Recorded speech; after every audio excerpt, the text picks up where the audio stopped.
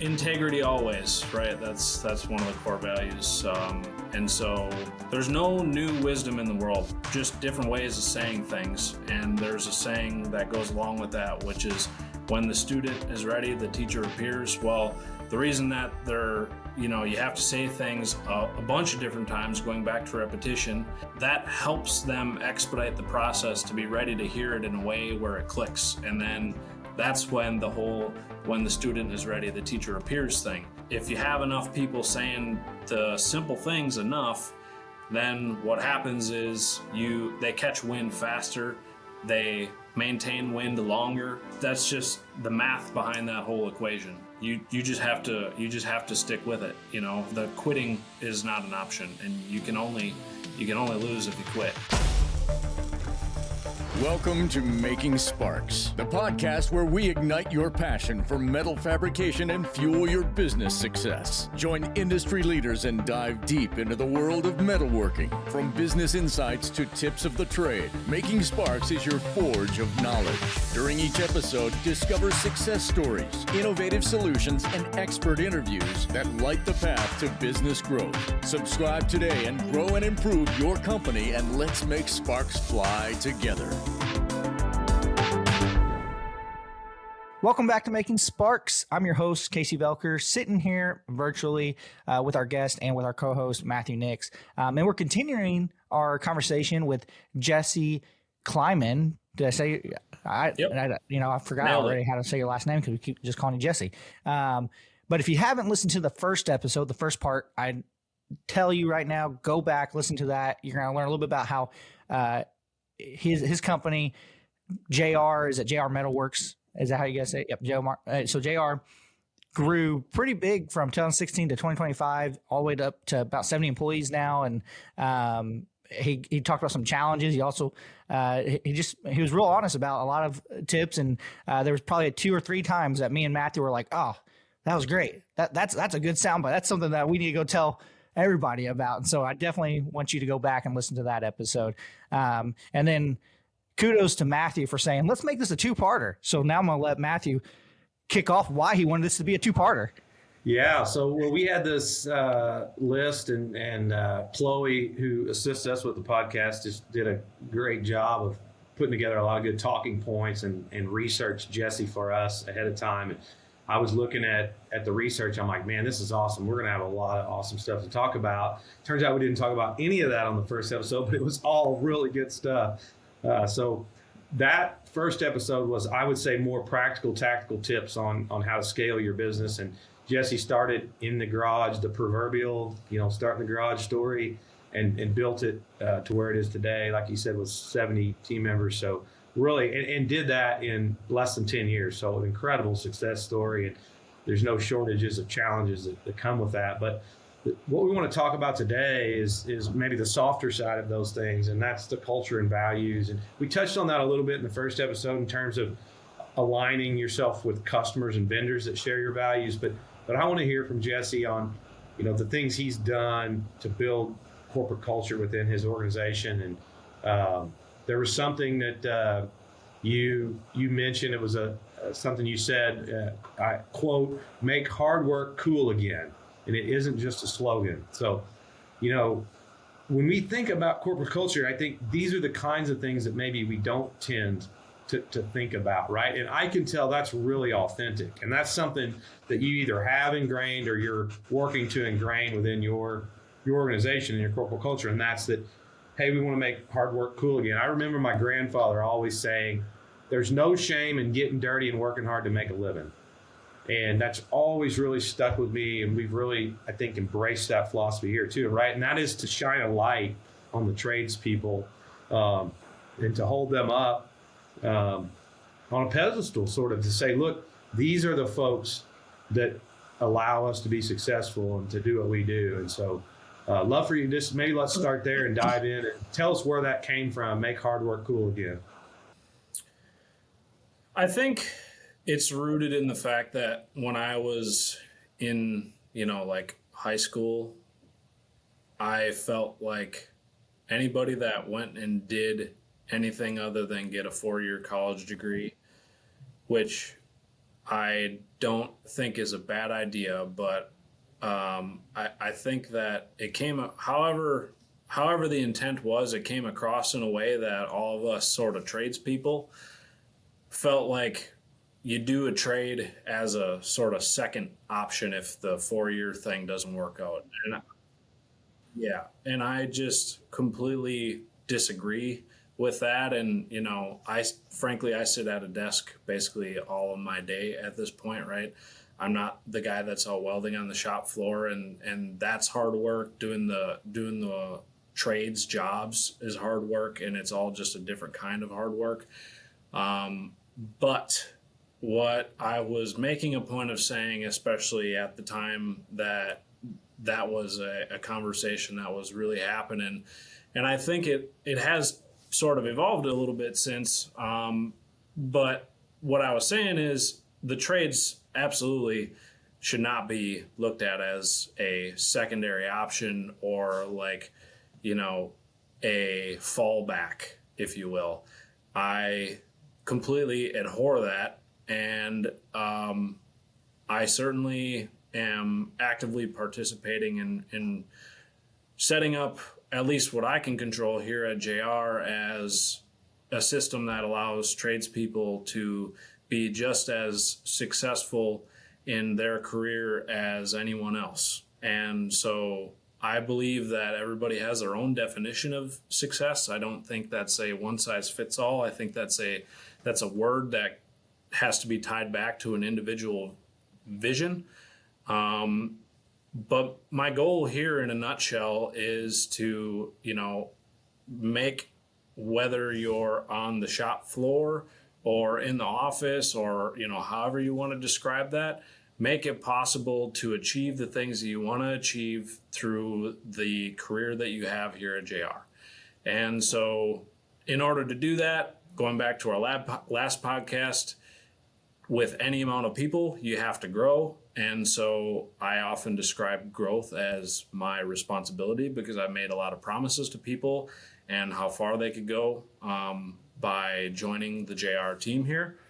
And so as a result, I must follow through on that. And so far, that's going quite well. We're on track for 30+% this year over last year, too. So, the ball keeps rolling fast. But at the end of the day, I don't care what you do here. Everybody is just as important. I'm no more important than the person that's out on the shop floor doing the welding. We had a customer tour go through here yesterday, actually 2 at the same time. And they're not looking at my office. They're looking at what's going on out on the shop floor where things are actually getting made. Nobody even poked their head in here. So I think that tells a story in itself that really drives the point home as to nobody is any more important than anybody else here. We all have a role to play, and they all really, really matter at the end of the day. So to say one is like a secondary to the other or a fallback or anything like that, I absolutely refuse to participate in that. And actually, I will stomp it out, at the first chance I get, if that ever comes across my radar, because that is just something that I think is just wrong. Hey guys, it's Nick from Making Chips, and I gotta tell you about our new show, Lights Out. When someone talks about being lights out, what comes to mind? For me, it's Michael Jordan, he's got the ball, the game's on the line, or it's Leo Messi taking that ball up to take a penalty in a penalty shootout. These guys are elite, and they're unstoppable, and you just know they're not gonna miss. But I also think about the technology, automation, process, and most importantly, the mindset of the manufacturing leaders with the best shops in the world. Every episode will equip and inspire you to run lights out so you can sleep soundly while your shop never stops. Because we all know, if you're not making chips, you're not making money. So check out the new Lights Out podcast by Making Chips. I will see you there.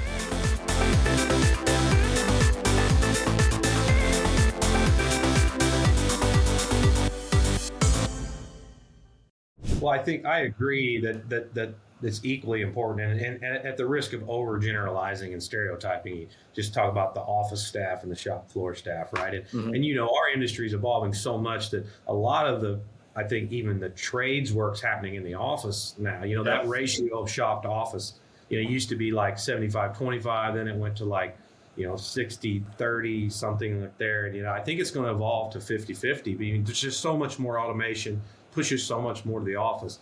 But having said all that, and I agree with you, it's equally important. I still think there's such a stigma around the folks that sit in the office versus folks that are in the shop. And so I do tend, right, wrong, or indifferent, I tend to lean harder on really elevating the shop floor. And so I will say things like, we have quite a few hourly folks that make more than the salary folks. And I'll say, we're not going to apologize for that, because if you can do their job, then you can make more. So I really double down on that kind of mindset. And we're going to build a new corporate headquarters, good Lord willing, here in a year or two. And I've been working on the architecture, and I've already envisioned there's going to be a big glass wall at the back that looks out over the shop. And right above that, in big letters, it's going to say, you have a job in here because they are out there. And I just really want to double down and reinforce this concept of like the folks out there are the folks that keep this organization going.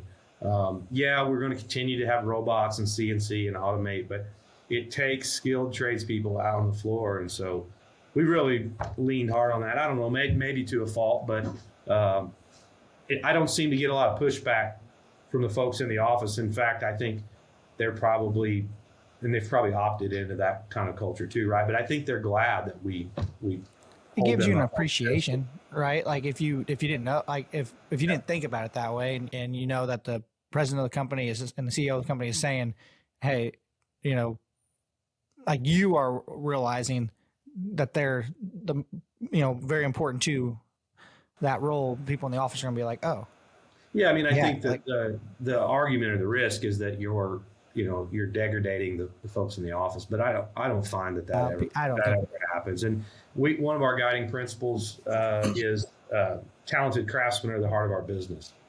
So we start every meeting with a guiding principle, and so we rotate through them. And so, you know, once every so often that comes up, and whoever's turn it is, they have to read that and say what it means to them. But talented craftsmen are the heart of our business, and so we just try to do things to reinforce that. So, speaking of guiding, I was going to say, speaking like guiding principles, Jesse, do you guys have a design culture? And like you talked about values in the previous episode about aligning with customers, but do you guys have them written? I know like a lot of people are like, oh, we don't want our values just written on the wall.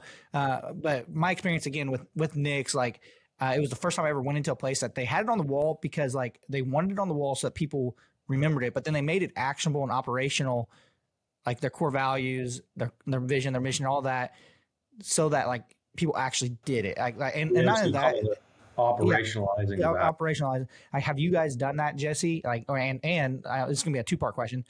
When did you decide, oh wait, I need to be thinking about that? If you haven't, then I guess this question won't matter. Yeah, so we definitely have had core values for, again, I'm bad with remembering exactly when all these things happened, but there was probably a couple handfuls of us in the company at the time that we made them, and so a handful of us made them.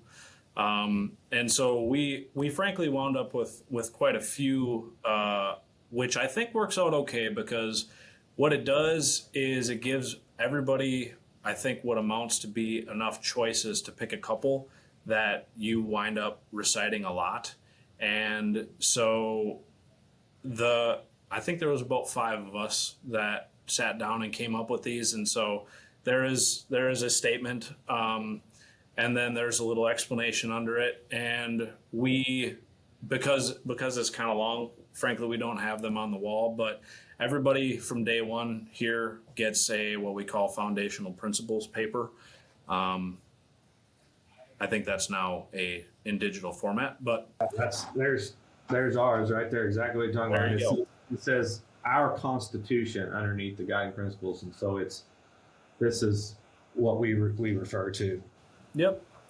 And so we have a very, very similar layout there, and so across that document, it is designed. Even at the interview, these come out on a very regular basis. And it's designed to just tell people like how we intend and expect everybody lives and acts and treats each other and all these things, and how we do business in general, right? So again, going back to a point that has and will endlessly carry itself throughout life, is being on purpose about these things.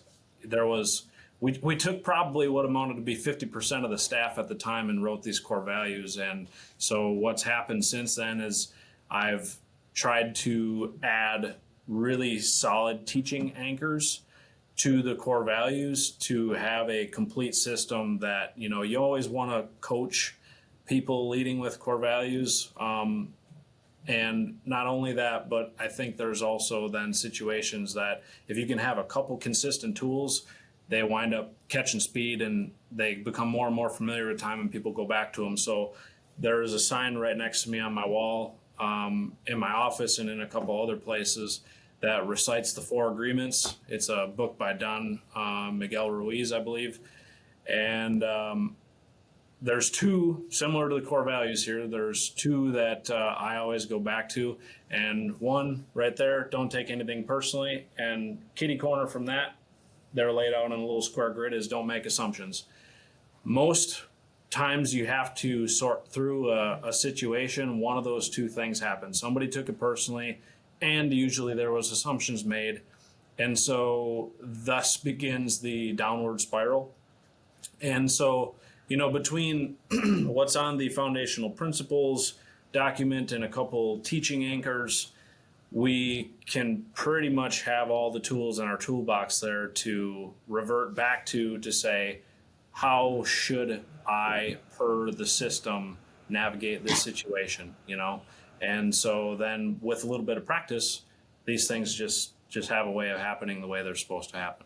So it sounds super simple when you do it that way, but especially when you grow really fast and new people are coming in all the time, that is a challenge to navigate too. But frankly, we do a great job of hiring a lot of amazing people here. So when I compare my people things to deal with compared to pretty much anybody else I talk to, I basically say I've got none in the grand scheme of things. So but we can always be better. And so hence we go back to the 4 agreements and the other things like that. The other teaching anchor that's probably worth noting is the book Extreme Ownership by Jocko Willink. Yeah. If you don't take ownership, the rest program. Yeah. Yeah. Yep. If you don't do that part, that's like the qualifier for everything else, because if you're not taking ownership, you're not going to be, reflecting to see if anything was taken personally or assumptions were made or anything, because you just say, oh, it's out of my hands, can't do anything about it. So we look for people that, we look for people that are willing to take ownership and then run with the rest of it. I mean, that's really what it comes down to. We definitely have the hire for attitude, train for skill type of mantra here. Said another way. You have to grow like you have. And a couple things I want to point out there. One, first we have of all, a lake on one side of us too. Yes. You mentioned makes it even harder to find people. You made, you mentioned extreme ownership. We've actually made that our focus for the whole year of 2025, and been working with our head of marketing communications, and she's done a great job. We've come up with a monthly focus that's tied to extreme ownership. So this month it's tied right in with what you're saying. So the month of August was check your ego, which kind of goes back to, don't take it personal, don't make assumptions. But so every month we have one of the principles, the extreme ownership principles that's tied back to it for teaching. So that was one thing I want to share. The other thing you said, well, it's kind of simple. When you were referring to your guiding or your core values or guiding principles and how you're going about it. And I think it needs to be simple. I think the idea of how you operationalize it. I mean, it needs to be a few things that you do over and over again. And so what I mean by that is so for example, we never start or end a meeting without touching on our guiding principles. So it's very simple. All we do is we've got a spreadsheet. So any meeting we're going to have built into that meeting, whatever we run it off of, there might be a tab, but it's got all of them in there. And you just rotate through them, and somebody's name comes up. Next week, it's Matthew's turn. He needs to talk about this. talk about it. What does it mean to you? There's a little bit of teaching that happens there, right? Because people are seeing how you see the world. That's just one thing you can do, but very simple. I mean, it doesn't have to be freaking rocket science. Matthew, I'd also think, well, and they say, oh, well, that's BS, whatever. And it's like, well, I don't know.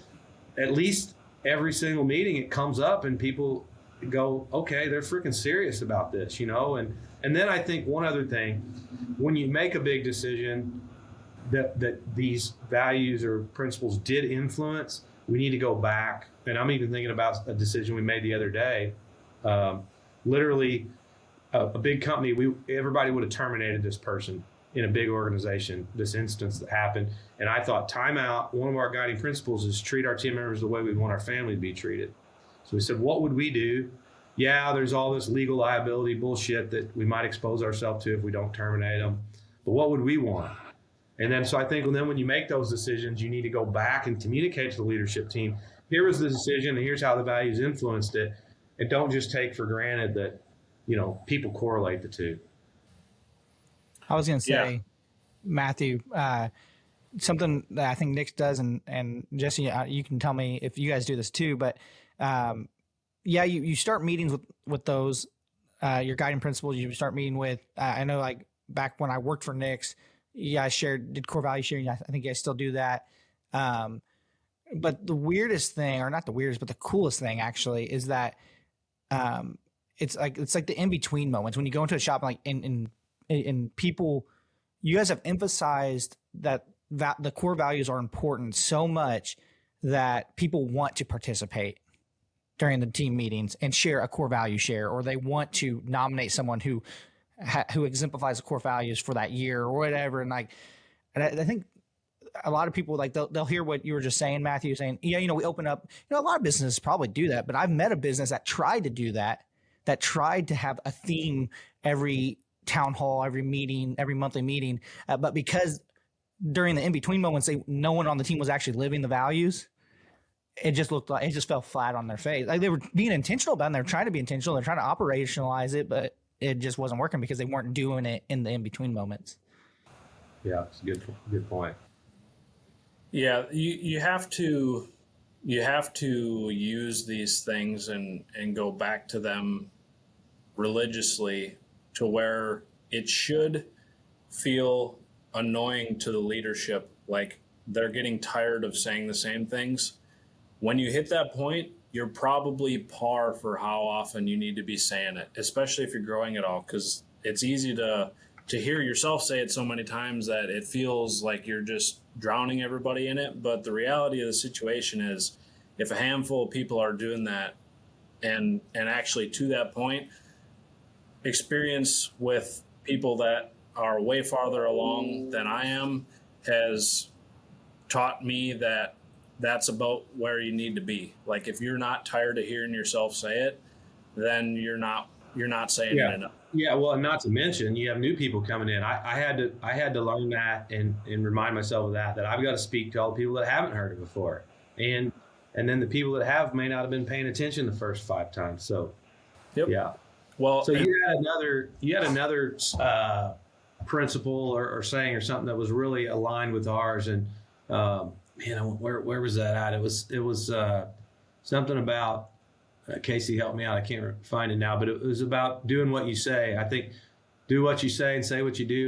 Was that one? Yeah, right here. Do what you say you're going to do, and when you fall short, be square about it. So one of our guiding one of our core values, which is within the guiding principles, because we talk about what we believe and what we value. But anyways, one of ours is do what we say we're going to do and do it professionally. And so it sounds like we have some commonality there with that. So talk about that. Do what you say you're going to do, and when you fall short, be square about it. Is that just something you say, or is that part of your sort of system, your formal guiding principles, values? Integrity always, right? That's one of the core values. And so there's no new wisdom in the world.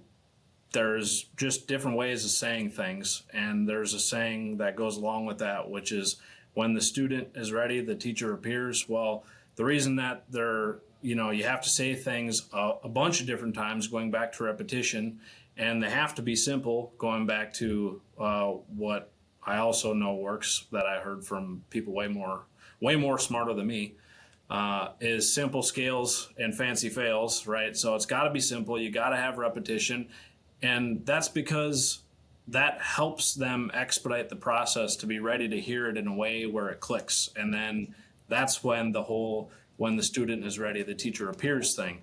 And so if you have enough people saying the simple things enough, then what happens is they catch wind faster, they maintain wind longer, and that's just the math behind that whole equation. But if any of those pieces are missing, it won't stick, it won't work. And it is, if you didn't start there, it will be uncomfortable, So that's that, thing that I mentioned in the last episode that my parents taught me, where it's just like, you just have to stick with it. The quitting is not an option, and you can only lose if you quit. That's how I know life. So, hey guys, it's Nick from Making Chips. I want to give you 3 quick reasons why you should check out Mike Payne's podcast, By the Numbers.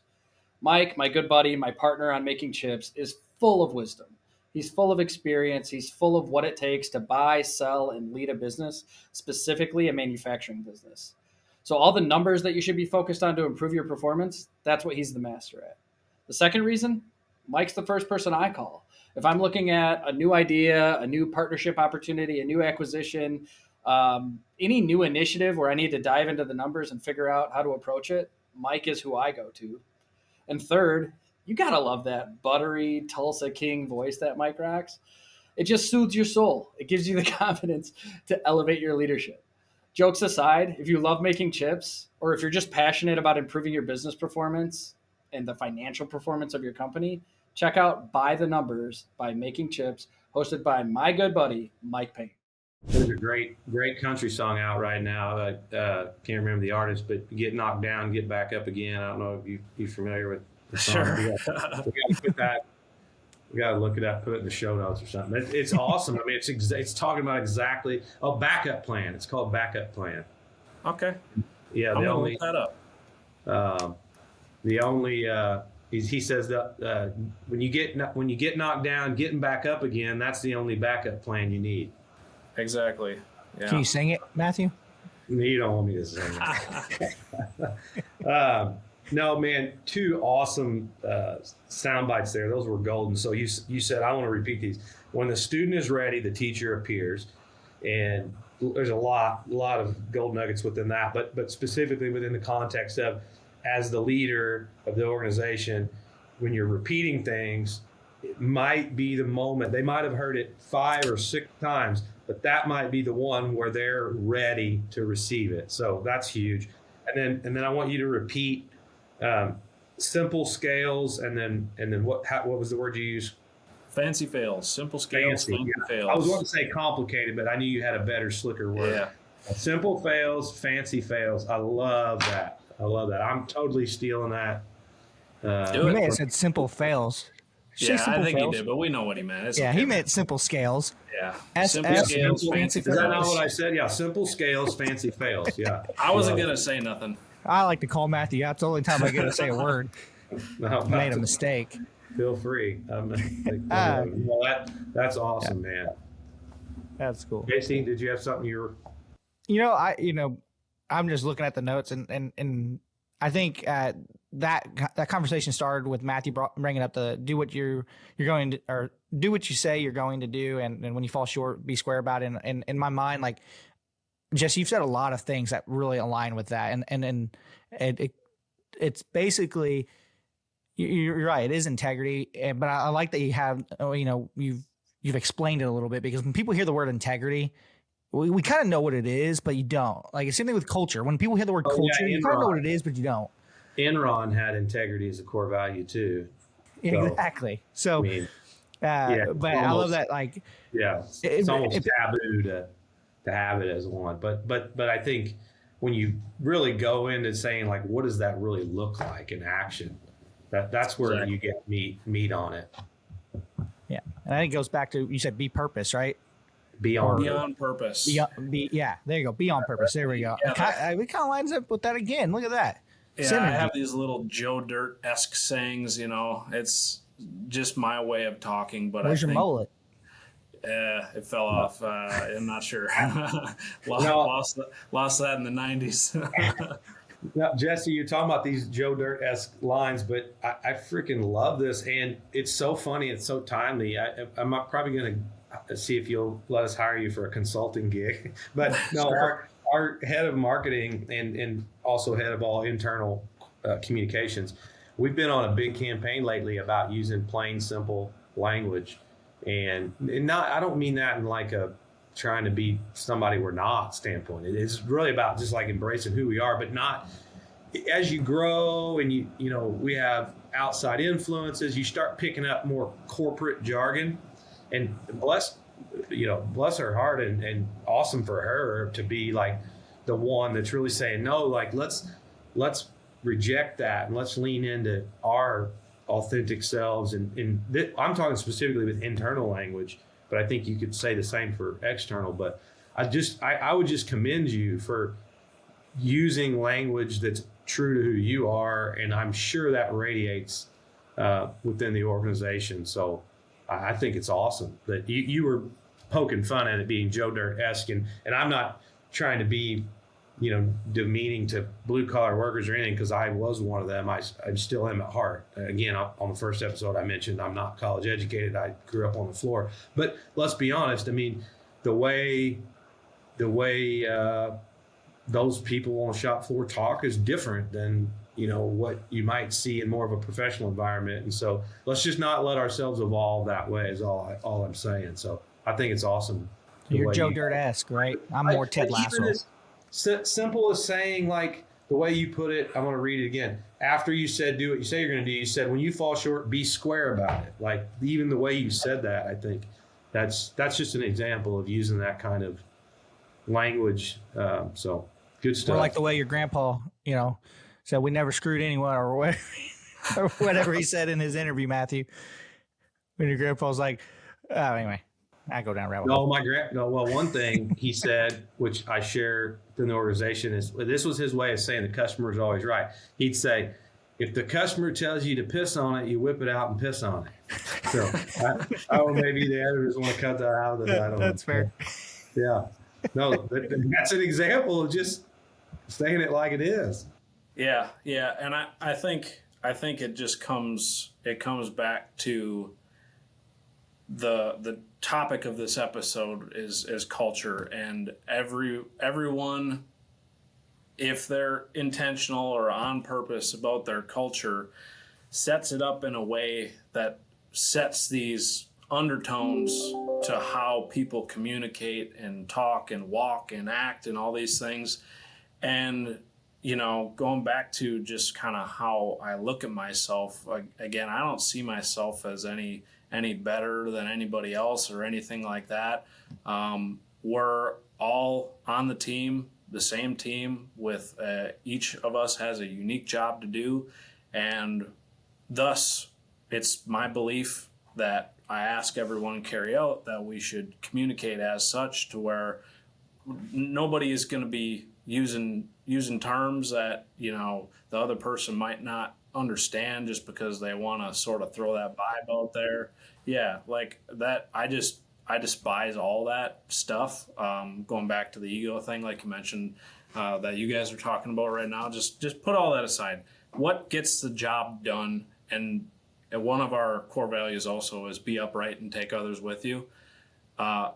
That's what we expect everybody maintains, talking to everybody in a way that pulls them along, where if they're a little bit down, you pull them back up.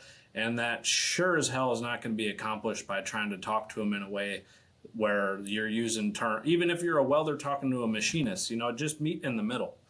It doesn't matter who it is. But we should all, in our organization, the undertone is we should all just talk to each other in a way that keeps people upright if they're there, or brings them up if they're not, right? So I think everybody's got to decide that for themselves at the end of the day and what they want that to look like. And it can't just be one person's decision, right? It's a group effort. And that's why a half a dozen or so, 5, 6 of us in the beginning sat down and came up with our core values. And, here I have recited a few of them in the last couple minutes. So, if you have that repetition, if you have the consistency behind it, and if they're simple to where they're easy to remember, it just makes that whole process just naturally work out. And so that is one of the critical underpinnings of a good culture, which, is a constant thing that also needs to be managed and looked after like another baby. I have an infant at home, my wife and I, and that baby requires a lot of attention, and so does a culture if you want to keep it. So some of the things that we do that maybe are unique here are we just hired a people and performance lead. So the people and performance lead works hand in hand, hand in hand with our culture manager. Our culture manager is out on the shop floor interacting with the team every day, helping them get parts out the door, and is the day-to-day side of helping manage culture very intentionally. And our people and performance lead is like the strategy behind that, and helps plan or leads planning the outings and things like that. But a culture is, going back to the integrity thing, a culture is not, buying them a cheap ass birthday cake on their birthday. Culture is what you actually do. And you know what? Sometimes you come up short, and like, I've been there. I haven't 100% of the time acted in a way where I was like, you walk away and you do that self-reflection. You're like, oh, nailed it. It's not how it works. But if you work at it, you can get there. And at the end of the day, and everybody smells this on each other, intent is what matters. So what are you trying to do? And again, if you don't quit, you'll get there. All these things tie into both of these episodes very consistently, right? I hope everybody gets to pick up these themes, but it's the themes that apply to everything that are sort of like the master unlock key to being able to do whatever you want to do. Oh, it's awesome stuff, Jesse. I just want to say, man, you are wise beyond your years. I mean, I just turned 40. You just turned 30. I mean, you don't think it, but a decade makes a big difference. I was nowhere near where you are 10 years ago, man. I mean, you're gonna build an unbelievable organization. I'm honored to know you, and I'm going to continue to stay in touch with you if that's okay. And I'd love for you to visit me, and I'd love to visit you.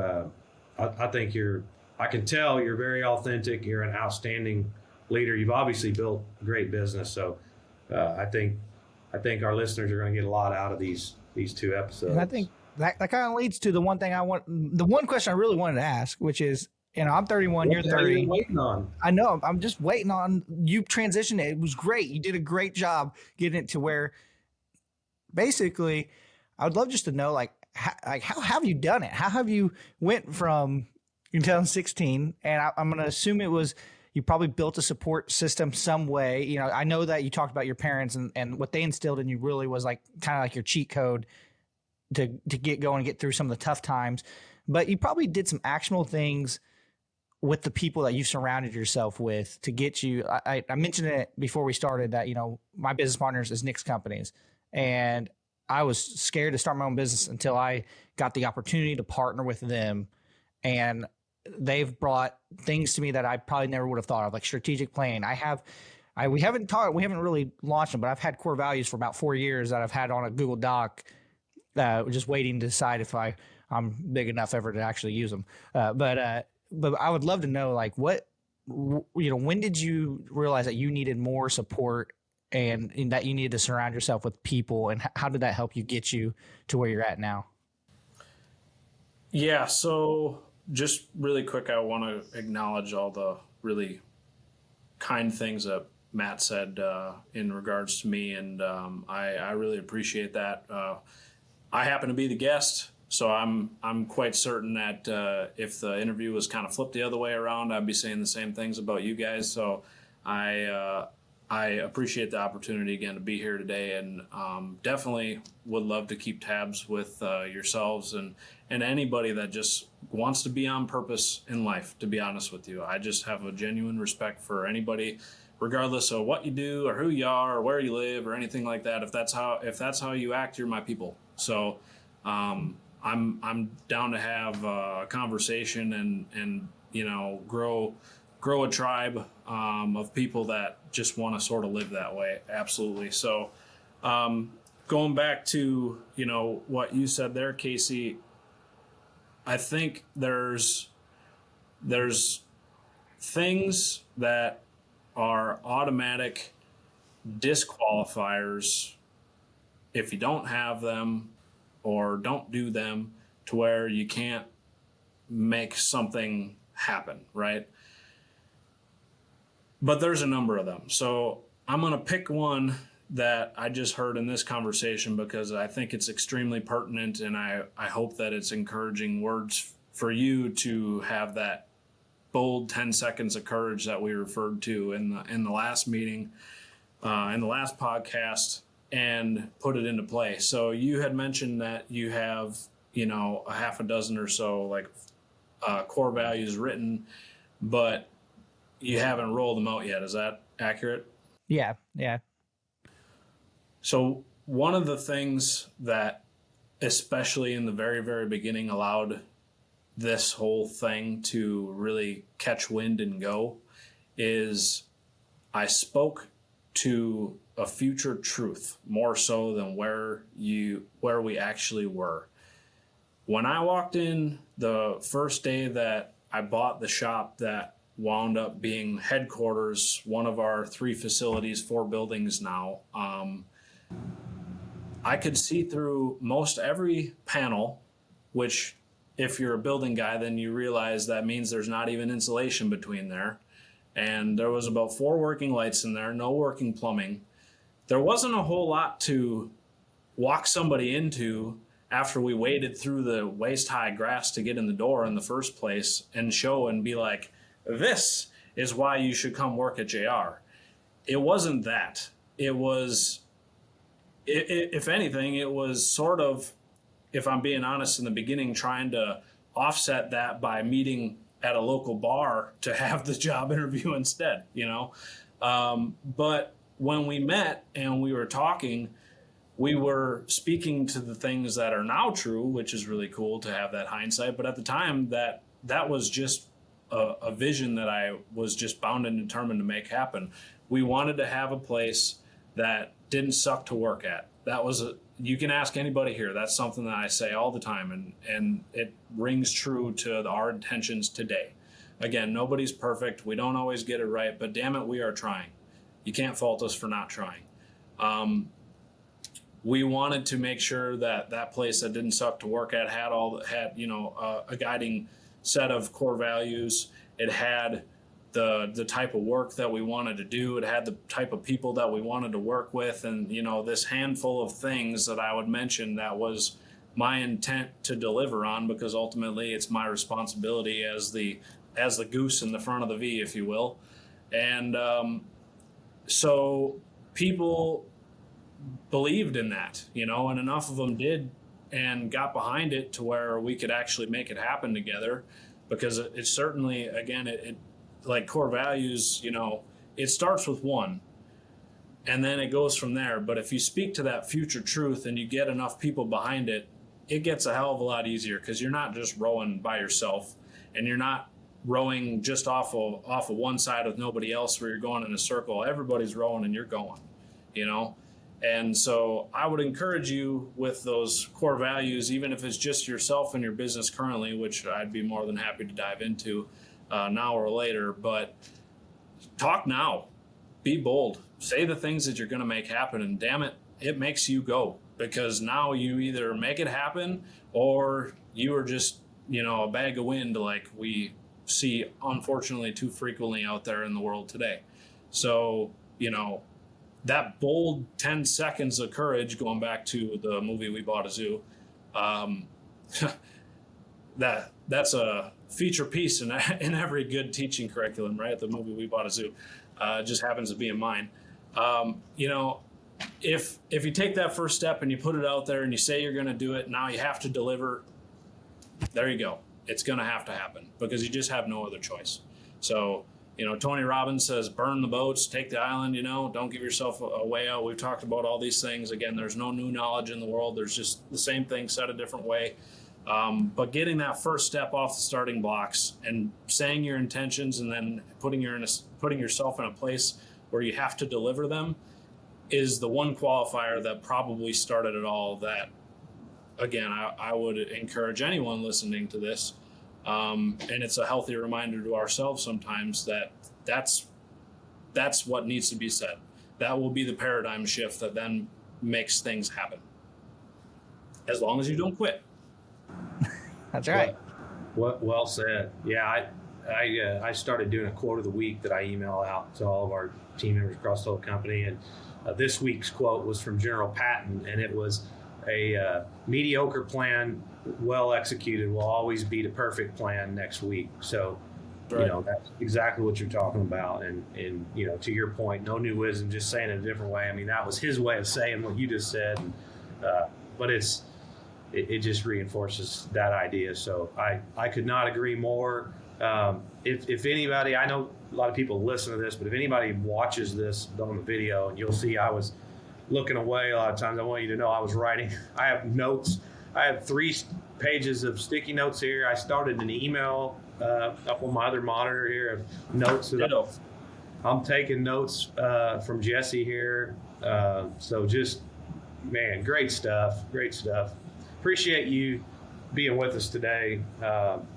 Staying on twice, doing double duty with us. That was nice. We did, yeah. We didn't intend to do 2 episodes, but the conversation was flowing so well that we decided to do a 2-parter. So, again, first part was more practical, tactical tips on, scaling your business. This episode was leaning heavier into culture and values and guiding principles and how to orient those into your business. We call it operationalizing those things. And so, it's been a great conversation. Jesse, look forward to staying in touch with you. How can the audience connect with you if they want to connect? Yeah, so Jesse_Kleiman on Instagram. If you're a Facebooker, just search my name, Jesse Kleiman.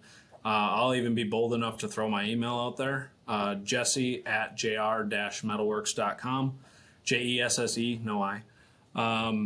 Any of these ways work, or if you find me somewhere else that I didn't think of right now, go ahead and reach out. Like I said before. You're on LinkedIn as well. Yep, absolutely. All the things. It's hard to check them all the time, but you know, wherever you find me, feel free to reach out. Like I said before, you know, ultimately, if you're a on purpose type of person, whether you're in construction, private equity, the metal business like we are, I don't you know, sort of have any specific ties to who somebody is or what they do or anything. But if you live life on purpose and, you know, do the whole integrity thing, or at least just really try your best every day, because again, nobody's perfect, and I sure as hell ain't. But if that's you, you're my kind of people. Feel free to hit me up anytime. Awesome. That's not me, so I guess I won't reach out. Just kidding. I don't know. Anyway, thanks, Jesse. Maybe this episode has influenced you, Casey, to live more on purpose. There we go. Yeah. Been inspired. Well, yeah. That was an awkward way of finishing that. But anyway, Jesse, thanks again for being on. Again, we really appreciate it. I just want to echo Matthew. I just appreciate your wisdom. I appreciate your authenticity. My speech impediment sometimes doesn't let me say words. I appreciate you just being honest and saying it how it is. And definitely appreciate all your good colloquial, I'm using a big word there, words. So. Yeah, absolutely. Thank you very much for having me. And just another one of these themes that we're identifying, you know, I am just one of the many people in the equation that created, you know, JR. And so I would be just completely not appreciative of everyone else if I didn't acknowledge them, starting with my parents and all the 70 team members that we have now, and everybody that is sort of tangent to us and what we do, even the spouses at home that allow us to do what we do, or at their jobs, if you think about it, the spider web gets real big real quick when you think about the people directly involved and then the people tangent to them, so again, anybody that's ever been good to me in life across the board, and you guys today here, thank you as always. And again, I just am one person in the whole grand scheme of things with one role, but it takes a hell of a lot more than that to make anything happen in life. So like I said, if you're on purpose and you get behind that, hit me up. Awesome. Thanks, Jesse. Thank you. Well, you know how we sign off here. If you're not making sparks, you ain't making money. You got it. Thanks, brother. Thank you, guys. We'll see you.